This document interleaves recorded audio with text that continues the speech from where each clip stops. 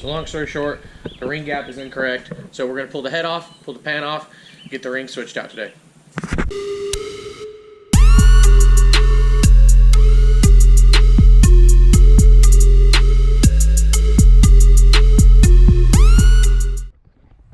I had to go put a jacket on. It's getting freaking cold, but we're getting ready to pull the oil pan off real fast, and then we'll pull the head off after that. Well, it looks like we gotta take all these tins off, and then this pan will come right off. Well, I got all these bolts broke loose, but looks like I'm gonna have to take the axle and the intermediate shaft off to get those two. So, super sweet. Go H to B, they said. Alright, so I guess I'm going to pull this axle and this intermediate shaft out so I can get to those two bolts. And get this pan off. Okay, well I got the pan off, and of course, just my luck, I had to pull the intermediate shaft and the axle out to get to the back two bolts on the oil pan. Back here in the back where the axle slides through. So, if anyone has to ever pull a pan off and have a QSD kit with their H to B kit. So that's how you do that. Kind of a pain, but it's okay. I'm getting ready to pull the head off, I guess. And then I'm probably going to call it for right there for me.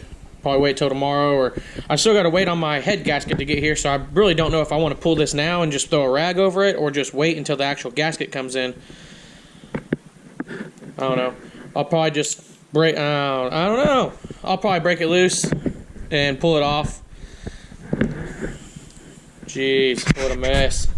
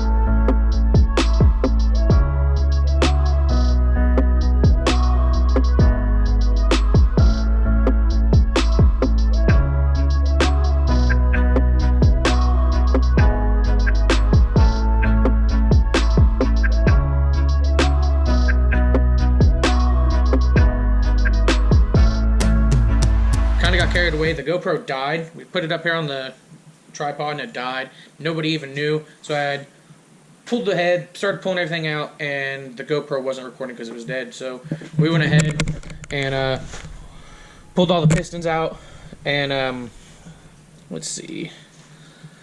And we got all the pistons out. I was actually surprised. I got all the bolts for the girdle to come out, but I couldn't get the girdle off. I didn't want to just sit down there and beat it with a mallet until it popped off. Yeah, I know that's what you got to do, but I was anxious to hurry up and get this out, so I just kept rotating the engine over until I had clearance to get the rod bolts out. So that's what we did. So we got everything marked and numbered over here. Pistons all look good, but number 2 did not. The piston wasn't trashed at all. It's just the where the rings go, it had got hot or something had happened, and I'm gonna say it pushed down like this, and the middle ring was stuck. We couldn't get it out. I had one of my buddies come over who works at a local machine shop to help me diagnose the issue, because just by looking at it with all the pistons still in the engine, he had a bad feeling about that piston, and he was totally right. It wasn't even really, I mean, it was just the rings, really, which were gapped way too big. Like, I can stick my finger there. This was gapped at 63 thousandths. Don't ask me why. Long story short, we got new rings here and a brand new Cometic head gasket here. So, my buddy Brandon took the piston with him to work. He's going to try and see. He's going to get a ring filer and try and file that back out. He says he's going to try his best to get it out, or get the gap where the rings go back open. If he can get the ring to free float back in there, then we're in business. If not, it looks like I'm buying a new piston. Or if I can even buy one single, that would be awesome. But I might have to go with a whole new set of pistons, which I'm not bad about, because if I pop another piston, I have 3 extras right here that are good. So that's just my headache of the day. But we did get Mark's pistons and rods in, so that'd be for another video. But long story short,